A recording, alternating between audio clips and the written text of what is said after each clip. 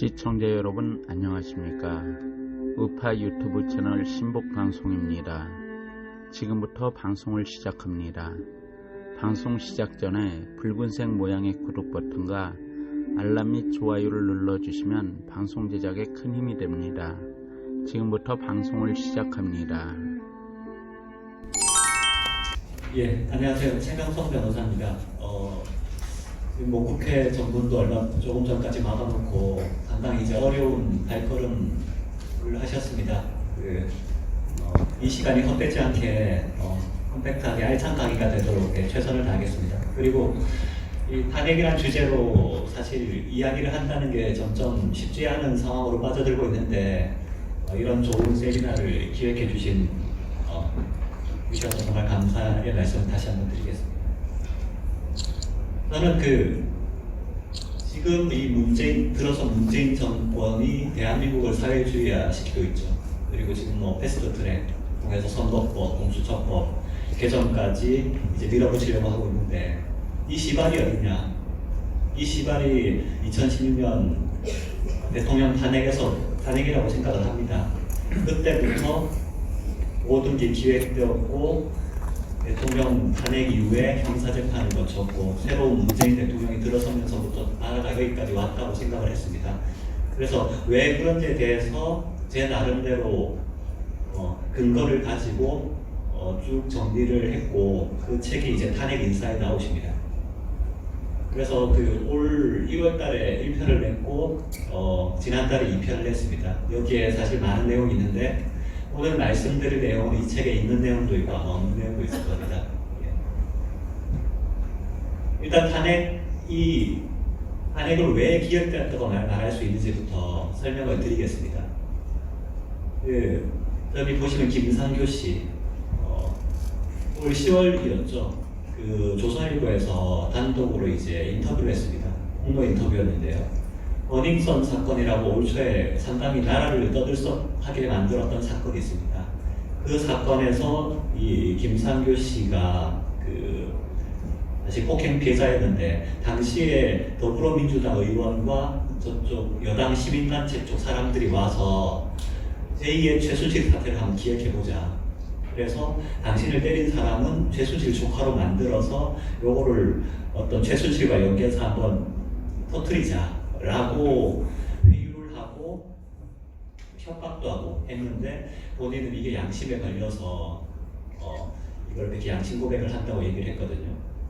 이렇게 지금도 제2의 최순실 사태를 기획을 했는데 그럼 2016년도에도 과연 기획이 없었겠는가? 그거에 대해서 잠깐 말씀을 드리겠습니다. 이미 우상호 원내대표, 당시 원내대표가 인터뷰를 한 바 있습니다. 당시에 2016년도에 최순실 사태를 기획을 하기 위해서 더불어민주당 내에서 TF를 만들었고 이 TF를 통해서 여러 가지 조작을 해나왔다라는 걸 밝혔고요. 그리고 박지원 의원도 당시 김무성 의원과 여러 가지 이제 미략을 가지고 그렇게 협상을 했고 자유한국당 의원들을 탄핵에 찬성하도록 끌어왔다는 얘기를 이미 밝혔습니다. 그리고 추가로 말씀을 드리면 대통령이 국회에서 탄핵소추안이 의결되던 2016년 11월 9일 김무성 의원을 비롯해서 다수의 의원들은 내각제로 가기 위해서 당일 국회에서 이제 행사를 가졌습니다. 그렇게 개헌을 위한 의원 모임 이런 행사를 가지기도 했었습니다. 그런 내용들은 지금 언론에 다 이미 나와 있는 내용들인데도 많은 분들이 잘 모르시더라고요. 그리고 당시에 드루킹의 댓글 공작이 시작됐었죠. 드루킹의 댓글 공작이 시작된 시점이 바로 탄핵 정국인 2016년도 하반기부터였습니다.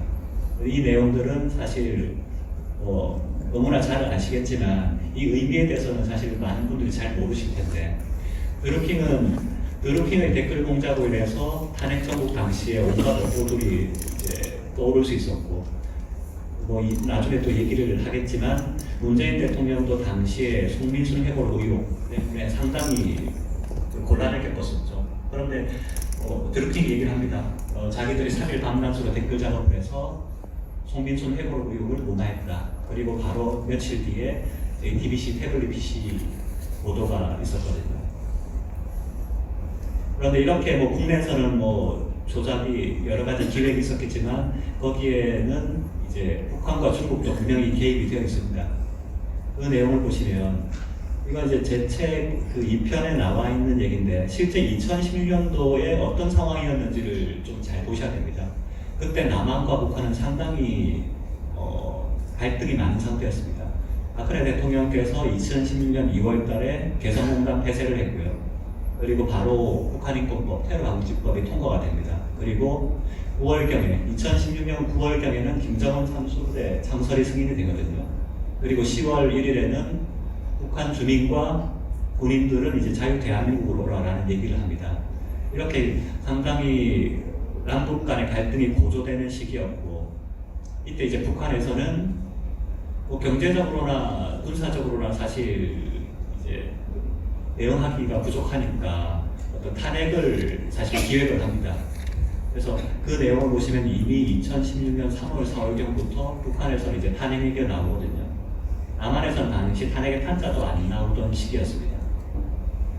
그게 저기 그 조평통 소기국 보도에 있습니다. 통일부 자료인데 여기에 보시면 박근혜 대통령을 탄핵하라는 규탄의 목소리가 남한 사회에서 들끓고 있다.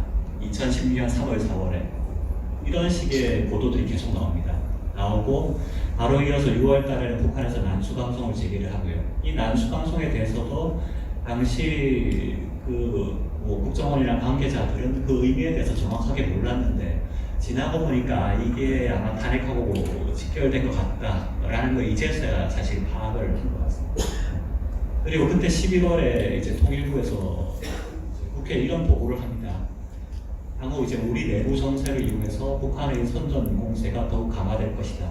일부 단체들과 선별적 접촉을 통해서 통일 전선을 강화할 것으로 예상된다. 그래서 이 난수방송을 통해서 북한에 있는 간첩 세력들이 목적적으로 움직였고 이제 탄핵 정부 촛불 시위가 한창 벌어지고 있을 때 북한과 연계된 단체들 아마도 뭐 민주노총을 비롯한 그런 단체들이겠죠.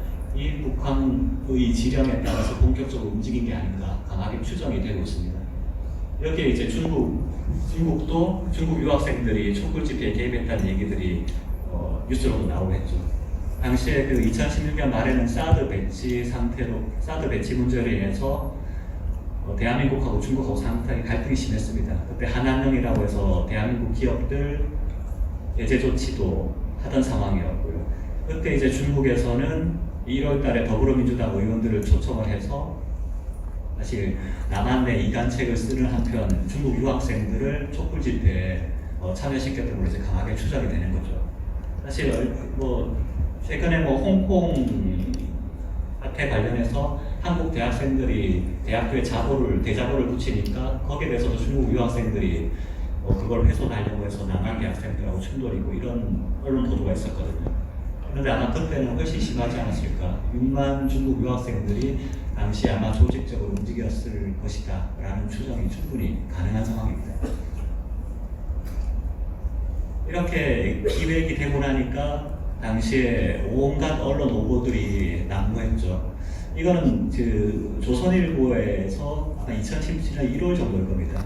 자기들이 어쨌든 오보낸 거 미안하다고 하면서 오보들 정리한 기사입니다. 그러니까 당시 통일 대박은 최순실 씨 아이디어다. 이것도 뭐 허위고 그 최소원 씨 아들이 청와대 근무했다. 이런 보도도 허위고 그래서 온갖 기사들이 사실은 다 밝혀지지 않았던 오보였다. 라는 걸 사실 이제 조선일보에서 한번 정리를 해준 거거든요. 그거 말고도 이제 너무나 많은 이제 오보들이 있었습니다. 그런데 이 오보들이 뭐 이후에 몇 개 언론사에서 사실 뭐 사실이 아니다라고 한두 번 밝히긴 했지만 이미 국민들은 뭐 세월호 7시간 문제부터 포함해서 뭐 대통령의 섹스테이프가 나올 거라는 것까지 다 믿고 있었던 상황이었기 때문에 사실 이거를 뭐 어떻게 할 수 있는 상황은 아니었습니다. 그래서 이런 언론의 오보들이 있었고 그 언론의 오보들을 촉발시킨 게 이제 JTBC 태블릿 PC보고였죠. 이 태블릿 PC에 대해서는 사실 뭐 몇 시간도 얘기할 수 있지만 간단하게 말씀드리면 당시에 JTBC에서는 이 태블릿 PC를 가지고 연설문을 수정했다고 했지만 나중에 밝혀진 거는 이 태블릿에는 수정 기능이 없었다라는 거였고, 그 다음에 이제 태블릿 PC와 관련해서는 나중에 이 안에 있었던 그 여러 가지 자료들, 그 사진들이나 아니면 문자 메시지 여러 가지 자료들을 보면 도저히 최소원 씨가 썼다고 볼 수 없는 내용들이 너무 많았습니다. 그래서 그럼에도 불구하고 사실 검찰은 이게 최소원 씨가 썼다고 그렇게 몰아갔던 거거든요. 이거 관련해서 그 재미있는 게 이 노승일 씨가 오늘 그 광주에 출마한다고 출마 선언을 했습니다. 근데 이 노승일 씨가 당시에 2017년 정도였죠. 그때 이제 경향신문에서 인터뷰를 한 게 있습니다. 그러니까 태블릿 PC 이거 가짜인데 이거에 대해서는 손석희 사장이 해명해야 된다라고 이제 얘기를 했거든요. 그 이유가 뭐냐면 2016년 10월 24일 JTBC 태블릿 PC 보도가 나간 이후에 3일 뒤에 노승일 씨가 이제 고영태랑 이제 만났는데 고영태가 태블릿 PC를 하나 갖고 있더라는 겁니다. 그래서 이게 최소원 씨한테 받은 거다라고 하니까 이제 노승일 씨가 아니 이미 JTBC에서 확보해서 보도했는데 이게 뭐냐라고 하니까 이제 고영태는 아니 나는 뭐 그걸 뭐 책상에 놓고 간 적도 없고 이게 갖고 있는 게 태블릿인데 그 태블릿이 뭐냐라고 얘기를 했다는 거거든요. 그러니까 너무나 의심스러운 장면들이 많죠. 실제 이후에 JTBC 기자들이 관련 재판 법정에서 증언도 하기도 했는데 사실 말이 안 맞는 게 너무 많았습니다. 이 부분은 사실 나중에 특검으로 다 밝혀야 될 부분이라고 저는 개인적으로 생각합니다. 하지만 이런 언론에 JTBC를 비롯한 언론이 띄운 오보들로 인해서 많은 국민들이 분노했고, 사실 촛불 집회에서는 저렇게 박근혜 대통령 이제 모형까지 주청에 꽂아서 등장했죠. 그리고 이제 반두대까지 등장을 했고, 사실 당시에는 진짜 정말 반기의 시대였습니다. 그리고 그 시점에 이제 검찰도 돌아선 거거든요. 사실 이제 불소추 특권이 있는 대통령을 공범으로 사실 적시를 했습니다. 공소장에. 최소원 씨가 안종범 씨 공소장에다가. 그런데 사실 그 공소장을 보시면 뭘 공모했는지에 대해서는 이런 방구도 없습니다. 그냥 대통령과 공모하였고 문구 하나만 있거든요. 그래서 당시 임기 말인 대통령한테 붙는 것보다 이제 미래 권력한테 붙는 게 낫겠다고 생각을 해서인지 이미 검찰이 돌아섰고, 당시에 검찰을 어쨌든 자제시켜야 법무부 장관은 사퇴를 했죠. 당시에 대통령으로서 사실 할 수 있는 게 아무것도 없는 상황이었어요. 그리고 그 시점에 이제 국회에서는 이제 보시면 표창원 씨가 더러운 장, 박근혜 대통령에다 누드화 합성해서 올려놓은 더러운 장을 이제 걸기도 하고, 이런 행위들이 아무렇지 않게 일어날 수 있을 정도로 사실 광기의 시대였습니다. 지금에 와서 보면 사실 상상도 할 수 없는 일이거든요.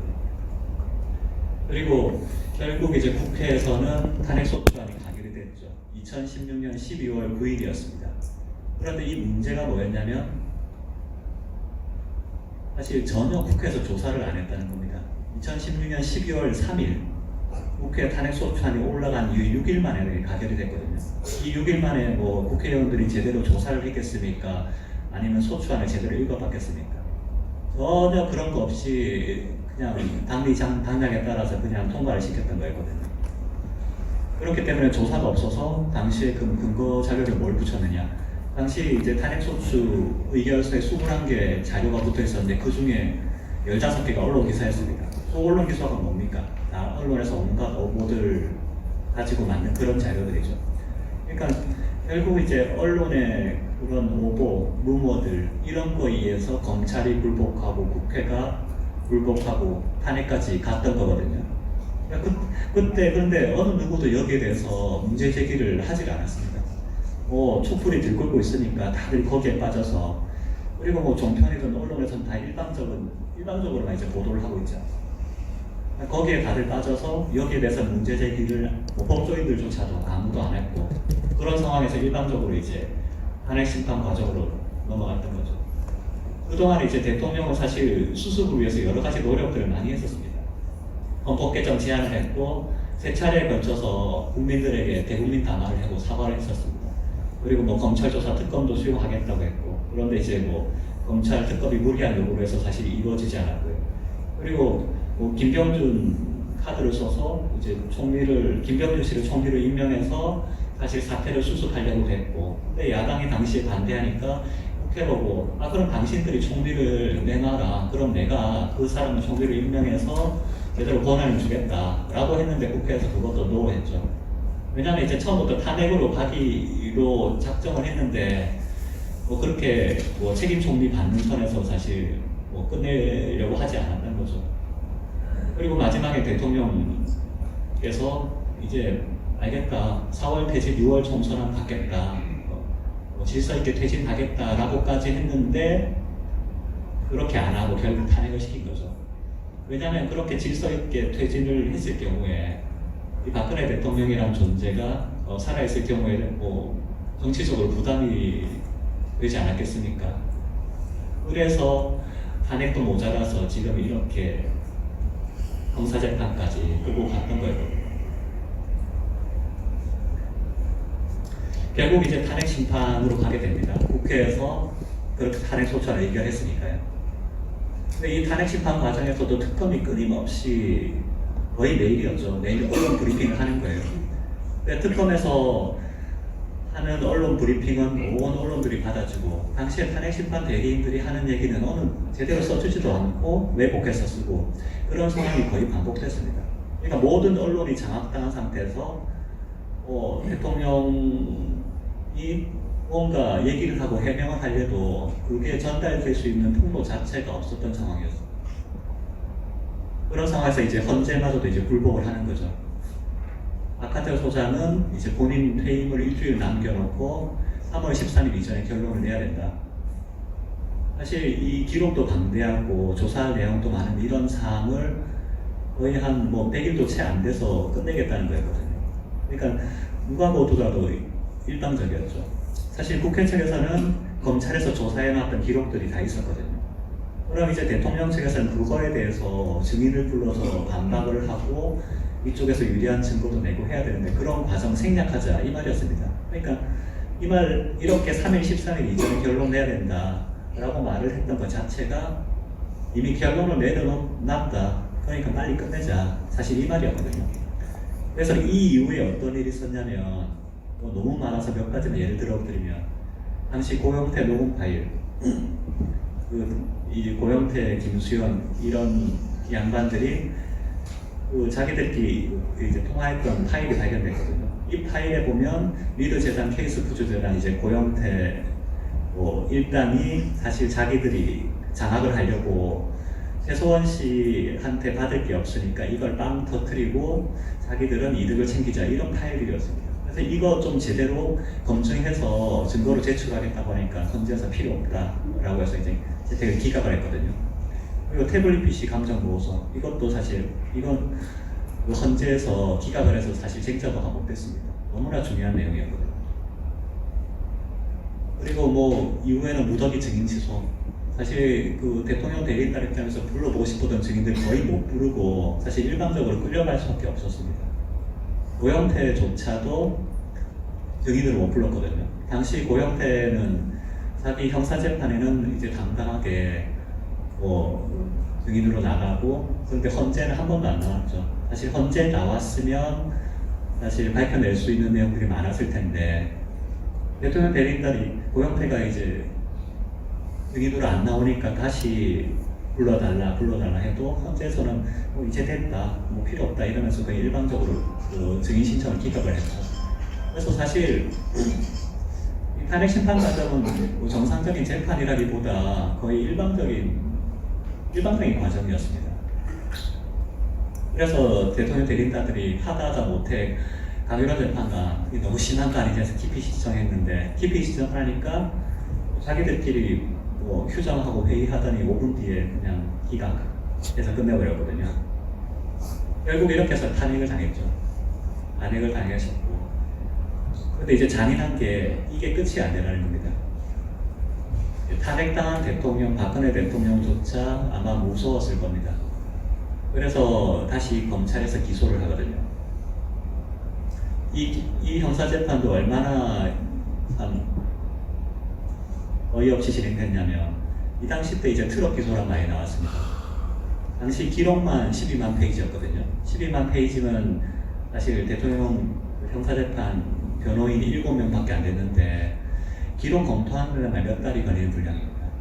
그러면 제대로 그렇게 시간을 주고 뭔가 절차대로 가야 되는데 그렇게 하지 않았거든요. 법원에서는 이제 주사회 재판을 강행했습니다. 이렇게 주사회 재판을 강행하면 변호인이 제대로 재판을 할 수가 없습니다. 매주 여러 명의 증인이 나오는데 이 증인신문 하나 하려고 해도 그 변호사들은 기록을 뭐 어쨌든 몇만 페이지를 읽고 이 증인한테 무릎을 정하고 그런 과정을 쭉 거쳐야 되거든요. 근데 이제 어쨌든 대통령 측에는 전혀 시간을 주지 않고 그냥 일방적으로 재판을 끌고 왔던 거죠. 사실 이렇게 주사회 재판하니까 뭐 어쨌든 변호인들도 힘들겠지만 이때 대통령께서도 허리가 상당히 좀 나빠진 걸로 알고 있습니다. 이 재판 한 2달, 3달 하다 보니까 되게 고령이신데 오전, 오후 내도록 이제 법정에 앉아 계시니까 사실 허리가 망가질 수밖에 없죠. 그래서 거의 재판 시작하고 한 2달, 3달 지난 뒤부터는 항상 오후가 되면 거의 허리를 붙잡고 계셨거든요.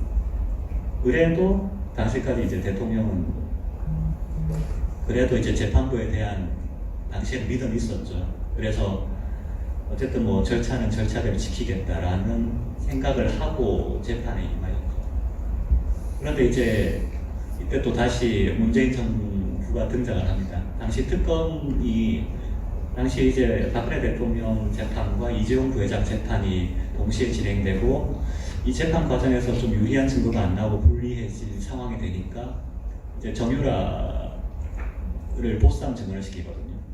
그러니까 정유라의 그 변호인들 모르게 새벽에 정유라를 공포차에 태워가서 그냥 법정에 데리고 와서 증언을 시킵니다. 사실 이때 나왔던 증언 가지고 그 말 3마리 관련돼서 유죄 판결도 나오고 그렇게 한 거거든요. 당시에 이제 정유라는 2번 영장을 검찰에서 쳤는데 2번 기각되고 뭐 이때 뭐 어떤 뭐 내부에서 합의를 했는지 이렇게 증언하고 난 이후에는 영장을 안 쳤죠. 원래는 뭐 3번째 영장 친다는 얘기가 많았는데 그러니까 아마 영장 안 칠 테니까 뭐 유리한 증언하라 라고 사실상 협박을 하지 않았나 싶습니다. 그리고 청와대에서는 그것도 불안해서인지 캐비넷 문건을 꺼냈거든요. 캐비넷 문건을 꺼내서 뭐 박근혜 정부에서 뭐 이런 일을 했다는 어쨌다는 했는데 이거에 대해서도 이것도 사실 말이 안 되는 게 당시 마지막 민정수석을 했던 조대한 민정수석의 얘기에 따르면 당시에 2번, 3번 다 조사를 하고 뭐 자료들을 파기를 하고 했던 과정을 거쳤기 때문에 청와대 캐비넷 안에 저런 문건이 있다는 건 말이 안 된다는 거거든요. 그러니까 뭐 누군지 모르겠지만 문건을 따로 빼놨다가 뭐 정권에 아부하기 위해서 흘렸는지 어땠는지 모르겠지만 정권에서는 이것까지도 대통령 재판에 제출하고 계속 재판부를 압박을 했죠. 게다가 이제 그 임종석 비서실장이 갑자기 예고 없이 세월호 문건 긴급 발표를 하거든요. 이날이 언제냐면 2017년 10월 12일입니다. 다음날 대통령의 추가 구속영장 발부가 결정되기로 돼 있는 날이었거든요. 청와대 입장에서는 이제 불안한 거죠. 불안하니까 어쨌든 이제 재판부한테 압박하고 여론을 다시 한번 이제 단속하기 위해서 저런 식으로 비서실장이 직접 나와서 뭐 전가에 보도했던 세월호 문건을 가지고 다시 들먹인 거죠. 결국 이렇게 해서 다음날 추가 구속영장이 발부되고 대통령께서는 사실 그날 이후로 재판을 거부하고 있죠. 그게 지금까지 이어지고 있습니다. 지금까지 일체 재판을 거부하고 있고 그러니까 자기들은 형식적으로는 이제 변호인이 있어야 되니까 당시 변호인도 총사퇴를 했거든요. 형식적으로 국선 변호인을 세워서 국선 변호인 검찰 형식적으로 틀을 맞춰서 재판을 하는데 사실 대통령께서 국선 변호인들 일절 안 만나시고 재판 자체를 거부하고 있기 때문에 재판 자체는 그냥 원하는 대로 그냥 흘러가게 그냥 두는 거죠. 그냥 그런 상황에서 지금 나온 게 파기환송 판결이고 다 그런 판결들입니다. 언론에 한 번씩 나오는 판결들. 이렇게 탄핵 사태, 형사재판까지 쭉 진행됐는데 그럼 이런 사태 최대 수혜자는 누구냐? 사실 수혜자가 누군지 알아야지 기획자가 누군지 이 사태의 본질이 뭔지를 알 수 있거든요. 최대 수혜자는 사실 문재인 대통령과 북한입니다. 당시에 이 탄핵 정국 당시에 보시면 문재인 당시 더불어민주당 전 대표죠. 절대 그 대권 자체가 그렇게 녹록한 상황이 아니었습니다. 그리고 당시 2016년 10월 달에 송민수 회고로 의혹 터지면서 사실 그 대권 후보 지지율 상당히 위태로웠거든요. 이걸 이때 드루킹이 뭐 자기들이 3일 동안 밤낮 없이 작업을 해서 여론을 돌려놨다라고 했는데, 드루킹뿐만 아니라 이때 탄핵 국면이 큰 역할을 했죠. 바로 이 사태 터지고 나서 일주일 뒤에 JTBC 태블릿 PC 보도가 나왔습니다. JTBC 태블릿 PC도 그게 입수 경로부터 여러 가지 말이 많은데 우연의 일치처럼 문재인 당시 후보를 살리는 카드가 됐죠.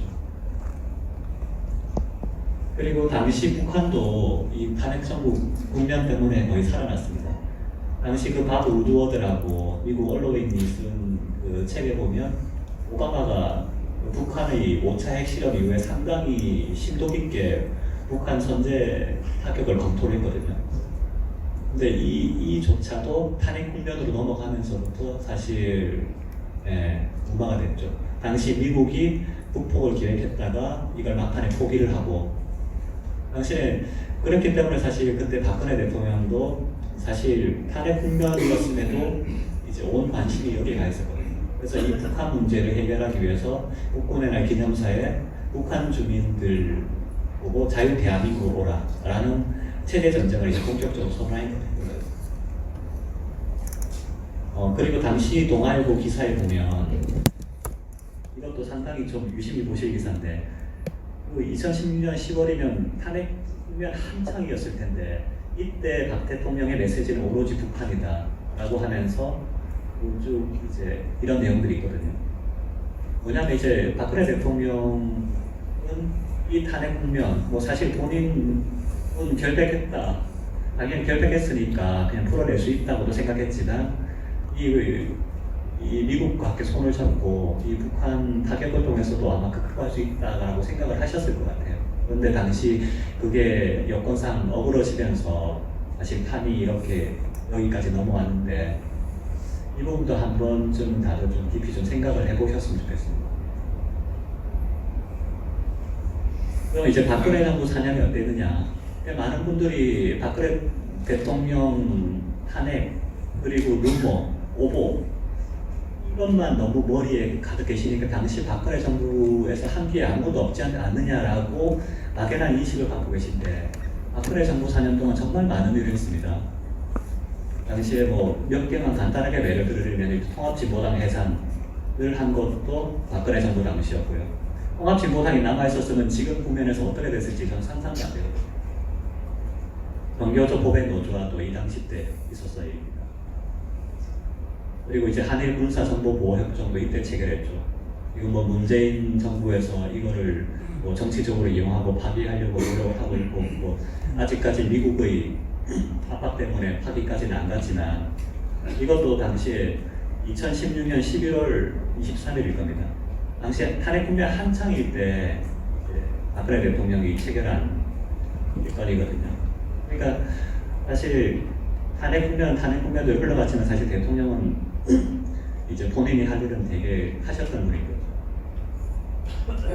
그리고 공무원 연금개혁, 이게 상당히 어려운 일이었습니다. 그 단적인 지금 뭐 문재인 정부에서 작년인가 재작년인가 국민연금 얘기 살짝 꺼내다가 그냥 다시 쑥 들어갔는데, 박근혜 대통령은 뭐 국회의원표 떨어질 거 생각지 않고 어쨌든 이 공무원 연금 개혁을 성공을 시켰습니다.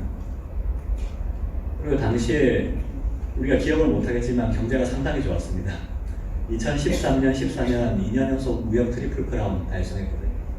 최초로 이제 무역 1조 달러 이상 나오고 당시에 경기체가 호황이었죠. 그리고 국가신용등급도 2015년, 16년도에 최고를 달성했었습니다. 당시에 참 지금과 비교해보면 정말 살기 좋은 시기였고 여러 가지 개혁들이 계속 이루어지고 있던 시기였는데, 그게 이제 탄핵 국면 접어들면서 이제 한 번에 다 날아간 게 지금입니다. 그거 말고도 사실 너무나 많은 일을 하셨는데 제가 일일이 열받이 그래서 서로 정리를 했죠. 이게 제 책에도 사실 나와 있는 내용들입니다. 그럼 이제 박근혜 정부는 많은 일을 했다. 그럼 이제 탄핵당할 사유는 과연 있는가에 대해서 이제 간단하게 설명을 드리겠습니다. 저기 나와 있는 네 가지가 그 헌재에서 최종적으로 결정을 했던 내용입니다. 그러니까 소추 사유를 헌재에서 네 가지로 정리를 하고 그 중에서 한 가지를 인정을 하고 세 가지를 기각을 했습니다. 그러니까 공무원 임명권을 남용했느냐? 아니다. 언론의 자유를 침해했느냐? 아니다. 생명권 침해, 세월호 생명권 침해했느냐? 아니다. 라고 해서 다 기각을 했고 한 가지를 인용했는데 그게 타인의 국정개입 허용과 대통령 권한 남용. 이 안에 들어가는 내용이 그 문건 정호당 비서관을 통해서 문건 47건 유출한 거, 미르재단, K스포츠재단 설립한 거, 그 다음에 뭐 최소원실 위해서 공무원 4명 임명한 거, 뭐 이런 내용들이 들어갑니다. 근데 이제 많은 분들이 이제 의아해 쉽게 왜 소추 사유가 4개밖에 안 되느냐. 사실은 원래 국회에서 소추 사유는 13개였습니다. 13개였는데 이거를 그리고 이제 13개는 헌법 위반, 그러니까 법률 위반, 뇌물죄죠. 뇌물죄까지 다 해서 있었거든요. 근데 이제 많은 분들이 아직 지금 이제 착각을 하고 계신 게 헌법재판소에서는 대통령에게 뇌물죄를 인정해서 탄핵을 한 게 아니었습니다. 국회에서는 뇌물죄다라고 해서 올라왔지만 당시 이제 헌법재판소 내에서는 이제 어떤 논의가 있었냐면 이거 아무리 뜯어봐도 박근혜 대통령한테 뇌물죄를 적용할 수는 없는데 이거는 피해 나가야겠다. 왜냐하면 이 뇌물죄 그대로 남아있으면 반대하는 재판관들이 많았거든요. 탄핵을 시키려면 뇌물죄를 빼야 된다. 그래서 국회에서 올라왔던 소추사유를 바꾸자라고 해서 강일원 재판관이 총대를 매서 소추사를 2번에 걸쳐서 수정을 합니다. 이거 다 불법이거든요.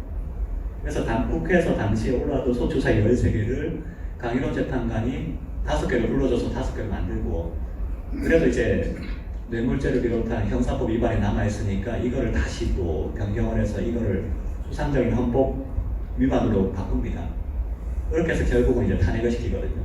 그래서 헌재 탄핵 소추 의결서에서는 뭐 박근혜 대통령이 뇌물을 받았느냐 안 받았느냐 이런 내용이 전혀 없습니다.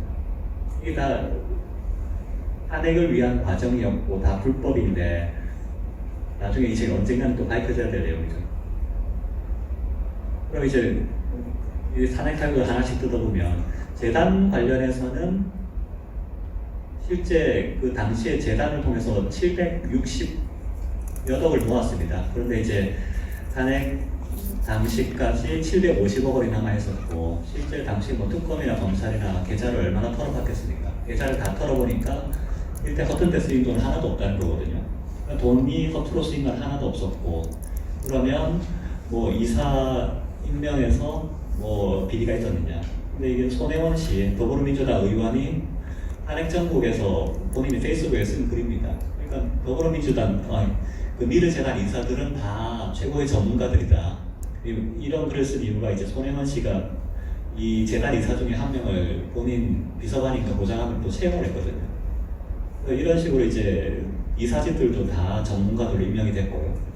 그러면 최소원 씨가 이 재단을 쥐고 흔들었냐? 그것도 아니라는 게 여기서 나오거든요. 최소원 씨가 K스포츠 재단의 연구용역 하나 따내려고 제안서 내고 한 경우가 있었습니다. 그런데 이때 7억짜리 제안서 냈다가 이게 거부가 당하거든요. 그래서 거부당하는데 검찰에서 이걸 사기미수로 걸었습니다. 근데 이것도 나중에 무죄가 나옵니다.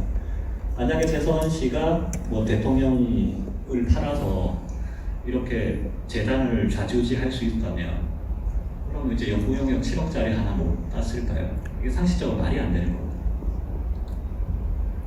거기다가 사실 최소원 씨가 이렇게 재단을 좌지우지했고 최소원 씨랑 대통령 경제 공동체다라고 하는데 최소원 씨는 그 본인 딸 정유라한테 전 재산을 다 넘긴다는 얘기를 했었습니다.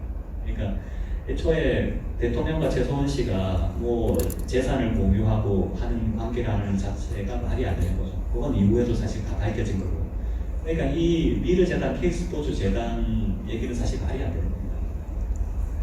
그리고 이제 문건 47건 유출 관련해서도 이제 헌재에서는 잘못됐다라고 얘기를 했는데 사실 대부분의 문건들이 최소원 씨와 정호성 비서관 사이의 그런 관계 때문에 그냥 호의로 좀 알려주기 위해서 나갔던 거였고, 그 일본 거는 그 최소원 씨가 당시에 대통령의 옷 수발을 들었지 않습니까? 옷이나 여러 가지 그런 것들 준비를 했는데, 그런 옷 준비를 하려면 사실 해외로 나가실 때 해외 순방 시에 그런 옷가지를 챙기려면 순방 일정을 알아야 되지 않습니까? 그래서 순방 일정표라든지 이런 걸 또 정호성 비서관이 보내줬다는 거거든요. 그러니까 대부분의 문건들이 그런 겁니다. 그래서 그거는 이제 정호성 비서관이 이제 여러 번 증언을 다 했던 내용들이고, 그리고 뭐 대통령께서 최소원 씨를 위해서 공직자 4명을 임명을 했다라고 하는데, 사실 4명 임명, 뭐 지금 문재인 정권 하는 거에 비춰보면 공직자 4명 임명한 거 사실 다수라고 볼 수도 없죠. 그리고 이제 중요한 건 여기는 뭐 장관이나 이런 분들도 다 계신데, 정상적으로 다 그 절차를 거쳤거든요. 장관 같은 경우에 인사청문회 거치고, 비서관 같은 경우에도 사실 당시 나와 있는 증언들 보면 최소원 씨가 추천한다고 해서 임명을 한 게 아니라 복수로 검증 절차 거치고, 그래서 검증에 탈락하면 또 다른 그 후를 만들고, 이런 과정들이 다 증언에 상세하게 나와 있습니다. 그래서 그 정상적인 그 추천 풀 안에 최소원 씨가 추천했던 한두 명을 넣었던 적은 있는데, 그렇다고 그 분들이 바로 임명되는 것도 아니었고, 실제 이분들도 최소원 씨가 본인을 추천했다는 것을 대부분 모르고 있었습니다. 대부분 모르고 나중에 사태 터지니까 그랬냐라고 알았다는 분들이 많거든요. 그래서 이런 내용들도 사실 밝혀지지 않고 있죠, 아직까지. 그리고 이제 형사재판 관련해서도 지금 이번에 파기환송 판결에서 제일 문제가 되는 게 말생아리, 그리고 묵시청탁 그런 건데, 그거와 관련해서도 헌재에서는 재판관들이 용기가 없었는지 반대 의견을 못 냈는데, 대법원에서는 이제 세 분의 대법관들이 반대 의견을 냈습니다. 그래서 사실 훨씬 더 논리적인데, 여기에 보면 말생아리 관련해서는 이런 얘기입니다. 독일에 있는 정유라에 대한 승가 지원, 이게 뇌물이라 보더라도 성질상 대통령이 필요로 하거나 향유할 수 있는 이득이 전혀 아니다. 대통령과 관계 없다는 거죠. 그리고 대통령이 이익을 취했다는 것도 전혀 드러난 바가 없다. 이런 얘기를 대법관 3인이 합니다. 그리고 묵시적 청탁, 동계스포츠 연대센터 이거 관련해서도 대법관 3인은 묵시적 청탁의 대상이 되는 승계 작업이나 부정한 청탁이 있었음을 인정한 증거도 없다. 그리고 다수 의견처럼 그렇게 묵시적 청탁을 인정해버리면 청탁 안 될 게 뭐가 있냐라는 얘기를 하고, 사실 이런 논리, 사실 그 대법원 다수 견해와 반대 의견 그 논리를 하나하나 뜯어보시면 이 반대 의견 논리가 훨씬 정치하다는 걸 아실 수 있는데, 저는 참 놀랬던 게 이번에 파기환송 판결 딱 나오고 나서 언론에 기사들이 많이 쏟아지는데 이런 얘기들은 하나도 안 나오더라고요. 그러니까 참 아직까지 언론이 편향돼 있어서 입맛에 맞는, 정권의 입맛에 맞는 얘기들만 보도를 하고 있는 게 아닌가 하고 안타까움이 많았습니다. 그러면 이제 박근혜 대통령 탄핵 사유는 이 정도다라고 했을 때, 과연 문재인 대통령 당시는 탄핵 사유가 없는가라고 해서 제가 책 2편에 한번 정리를 해봤습니다. 그래서 보시면 박근혜 대통령 탄핵 사유가 사실 그것도 사실 인정하기도 어렵지만, 그렇게 문건 47건 유출이나 미르재단, K스포츠재단 그런 내용들이라고 한다면, 문재인 대통령 탄핵 사유는 대한민국 자체를 기울들고 있는 정말 중대한 내용들이에요. 국가 안보를 무력화시키고 사법권 독립을 침해하고, 사실 여론 조작하고 언론의 자유를 침해하고, 그리고 특히 이제 헌법재판소에서 박근혜 대통령 탄핵과 관련해서는 헌법 수호 의지가 분명하게 드러나지 않는다라는 얘기를 했는데, 문재인 대통령 헌법 수호 의지 자체가 없는 사람입니다. 대한민국 헌법 자체를 헌법에서 자유를 빼려고 계속 막 시도를 하고 있지 않습니까? 이 문재인 대통령이 어떤 사람인지에 대해서 제가 이제 그동안 행적을 쭉 정리해서 책에는 상세하게 정리를 했는데, 고영조 변호사님이 이분을 공산주의자다라고까지 평가를 하셨는데, 저도 사실 동의를 합니다. 이분의 행적을 보면 대통령이 되기 전에 국가보안법 폐지를 주장을 했고 연방대통령을 주장했습니다. 주한미군 철수에 대해서도 북한에서 동의하는 한 철수 안 해도 된다 이런 입장이었고요. 그다음 미국 평화협정 체계를 주장했고요. 국정원 해체, 한총련 옹호, 통합진보당 옹호, 했죠. 그리고 이제 탄핵 정부에서 탄핵 기각되면 혁명밖에 없다 이런 얘기를 대놓고 했습니다. 그리고 대통령이 된 이후에는 청와대에 전대운동권 출신 인사들을 집중 배치했고요. 친중국 노선 펼치고 있지 않습니까? 국가보안법이 이미 무력화됐고 국정원 대공수사부문도 무력화됐습니다. 이무사도 해체됐고요. 공산주의자인 신영복 간첩이죠. 신영복 공격한다는 얘기를 대놓고 했고요. 이렇습니다. 그래서 이렇기 때문에 이후에 어떤 일이 일어나느냐. 얼마 전에 이제 탈북민 2명이 구속되는 사건이 있지 않았습니까? 당시에 귀순의사를 명확하게 밝혔음에도 불구하고 안대를 씌우고 재갈을 준비해서 그렇게 강제로 북송을 시켰거든요. 이건 사실 생명권 침해입니다. 뭐 세월호 가지고 대통령이 7시간 동안 뭐 일을 제대로 안 했느냐 이런 걸 가지고 뭐 생명권 침해라고 탄핵 소추를 했는데 그거에 비하면 이거는 정말 사지로 사람을 강제적으로 몰아낸 거거든요. 이거야말로 사실 생명권 침해고 형사적으로는 만약에 그분들 사망했으면 이거는 살인죄입니다. 그리고 중요한 지금 한참 문제되고 있는 울산시장 개입 선거요. 사실 문재인 대통령은 친문지하는 이 울산시장 청와대가 이 선거에 개입했다는 게 이미 드러나지 않습니까? 그리고 드루킹 대선 개입 이것도 너무너무 중요한 사안인데 이번에 12월 24일에 드루킹에 대한 항소심 판결이 있습니다. 아마 그 판결에 따라서 사실 많은 게 달라질 수도 있는데 이때 보면 이제 드루킹이 어떤 일들을 했냐면 당시에 송민순 회오로 의혹 때 그거 무마하는 작업을 했고요. 외선 전국에서 어마어마하게 댓글 작업을 했습니다. 거의 한 1억 개의 좋아요 클릭을 이제 누르는 작업을 했거든요. 그 관계된 기사가 한 8만 개랍니다. 8만 개 기사 같으면 그 거의 한 그 대선 전국 대선 기간 동안에 그 주요 포털 네이버 다음에 앞에서 우리가 보는 모든 기사는 다 드루킹이 마사지를 했다고 보시면 돼요. 그래서 거기 있는 댓글들 중에서 본인이 원하는 댓글들은 다 상위에 랭크되니까 그냥 뭐 전 국민이 사실 드루킹이 작업을 한 마사지한 기사들만 보고 그냥 문재인을 대통령으로 만들었다 보면 되죠. 그 당시에 그 강력한 후보였던 안철수 후보. 안철수 후보도 사실 드루킹이 떨어뜨린 거거든요. 드루킹이 이제 이 안철수 후보는 MB 아바타라는 작업을 해서 떨어뜨렸고, 당시 반기문 후보도 이제 출마하려고 나오니까 여기서도 어마어마하게 공격을 해야 됐죠. 사실 어찌 보면 문재인의 대통령 당선의 1등 공신이 드루킹이 아닌가라고 생각이 될 정도입니다. 그 때문에 그 김정숙 여사도 뭐 이 드루킹의 조직인 경인선 가자라고 하면서 이제 드루킹과 경인선을 알고 있었다는 내용들이 나오고요. 그리고 그 이 드루킹 1심 판결에 보면 문재인 대통령도 이 드루킹과 관계되어 있다는 걸 충분히 암시하는 내용들이 많이 나옵니다. 실제 드루킹은 이 조직을 경공모에서 경인선으로 바꾸는데 그 이유도 이제 어르신이 뭐 발음이 어렵다고 해서 바꿨다고 그런 얘기 증언까지 하거든요. 법정에서. 그 어르신이 문재인 대통령이죠. 그러니까 이게 사실 그 김경수 선에서 끝날 일이 아닌데, 김경수가 사실 정권의 이인자가 됐던 것도 이런 드루킹을 통한 어마어마한 작업들이 있었기 때문에, 그래서 뭐 김경수와 드루킹이 유죄가 되더라도 이거는 그 뒷배경, 뒷배까지도 분명히 밝혀져야 돼, 특검을 한 번 더 해야 될 사안이라고 생각합니다. 그거 말고도 뭐 얼마 전에 한박도 사태에서 보시는 것처럼 사실 대한민국 안보 완전히 무력화됐지 않습니까?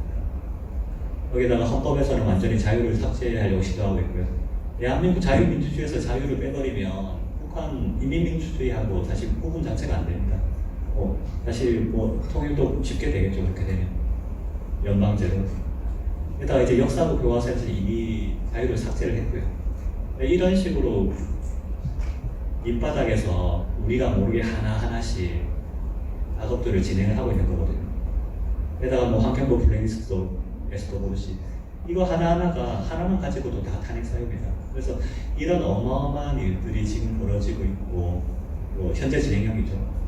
그래서 이런 건들을 무마하기 위해서 지금 공수처도 그렇게 도입을 하려고 하는 거 아닙니까? 공수처를 도입을 해서 그 공수처장을 임명하게 되면 공수처장을 통해서 주요 사정기관들, 법원, 검찰까지 다 통제를 할 수 있다고 보는 거고, 그렇게 사활을 걸고 있지 않습니까? 지금 이제 이달, 다음 달, 어쨌든 내년 총선까지 이 몇 달이 어찌 보면 대한민국에서 엄청난 변곡점이 될 것 같습니다. 네, 상당히 위기 상황이고 어려운 상황인데 사실 극복을 하려고 해도 극복을 하려면 알아야 되지 않겠습니까? 왜 2016년 탄핵 사태부터 시작해서 여기까지 상황이 올 수밖에 없었는지 그게 다 있는 거거든요. 그렇게 북한과 중국 그리고 동북 주사파 세력들의 기획에 의해서 탄핵이 됐고 그들이 정권을 잡고 나라를 여기까지 만들어 왔던 겁니다. 그래서 오늘 이 자리를 통해서 이런 내용들을 이제 조금이라도 좀 아셨으면 좋겠고 이런 내용들을 좀 많이 전파해 주셨으면 하는 바람이 있습니다. 배정 박사님께서 이후에 또 자세한 얘기 하실 거니까 저는 이 정도로 마치겠습니다.